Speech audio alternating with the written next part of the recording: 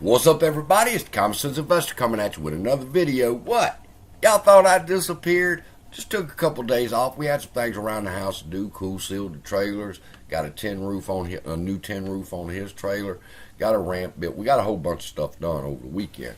So here I am ready to share with y'all. This is what's going on with the lawsuit, people. We've been to court. We've had the hearing. In order to understand what's going on, you need to understand what the fight was about, okay? And I'm going to give you a little pro tip right here. If you look right here, I am Googling business judgment rule, okay? And when I do, Cornell University is the first one that comes up. It gives me the Westlaw Cornell Education website. I can check out these right here, questions, and I can read and understand what the business judgment rule is. I can go through all these questions and all these articles, and I can find out everything there is to know about the business judgment rule. All right?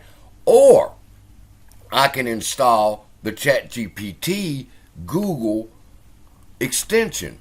Now, what happens when I do that is ChatGPT will now go to each and every one of these websites, and it will scrape in has on the business judgment rule. It went to Investopedia, Wikipedia, Winston and Strawn, LLP. And what it did was it went to each one of these websites, scraped the information concerning business judgment rule, and it gives me a synopsis of what the business judgment rule is. Now, once ChatGPT has done that and given me the information from all of these websites, think of the time you're saving, people. And you still got a question, you can click Let's Chat, and ChatGPT is now live, and you can ask it any questions as it relates to the business judgment rule. It's done all the research, and it's ready for your questions. All right, it doesn't only work with things like this. For example, if you wanted to know about kitty litter, the best kitty litter for smell, all right, and you Google that, and you got the ChatGPT extension on Google, it'll search each one of these websites, all right, and it will come up with the best kitty litter for smell responses. And ChatGPT starts out, it searched every one, and here it is giving you the synopsis of which best kitty litter for smell that there is. And it's running slow because I'm streaming at the same time.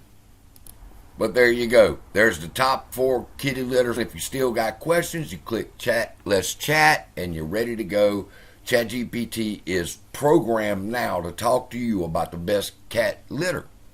In the Google chat bar, ChatGPT for Google, add it to your Chrome, and you're good to go. Every time you do a search now, you will get one of these ChatGPT prompts that tells you what it discovered on all of these websites, and then you'll be able to start chatting with it, okay? And it gives you a list of other things that you could do. Since we're dealing with fiduciary duty of the business judgment rule, we click on it, and now Google's added fiduciary duty business judgment rule, and ChatGPT has went to all these sites and looked it up. So now let's talk about what is the business judgment rule. Simply put, and that's where we're at with this lawsuit, is the business judgment rule means the directors have taken an action that shareholders feel were against them, such as what's going on with AMC and 8 being created. And the question now remains, did they have no other choice? That's the one thing the Vice Chancellor is looking at right now concerning this settlement. Was 8 the only way to go? Did they do this with malice in their hearts to hurt shareholders? That's the question for the business judgment rule. As you can see, ChatGPT came back from all these sites and said fiduciary duty refers to the legal obligations that directors and officers owe the company and its shareholders. It is the duty of loyalty and care requiring them to act in the best interest of the company and its shareholders rather than their personal interests. Fiduciary duties typically include the duty of loyalty, the duty of care, and the duty of good faith. And then they explain which and every one of it is. Now, I don't think they're going to be able to use the business judgment rule in this case. Why? Because they did it for personal gain. All right? And they did it to manipulate a corporate election to override shareholder sentiment. So it's going to be very simple. This lady's going to come back and say, no, they cannot use the business judgment rule.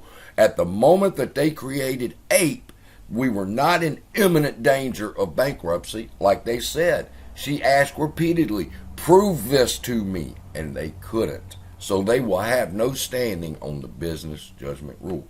That's my opinion from what I've researched. And I believe that if going by the law, this woman is going to tell them they can't claim the business judgment rule and hide behind it.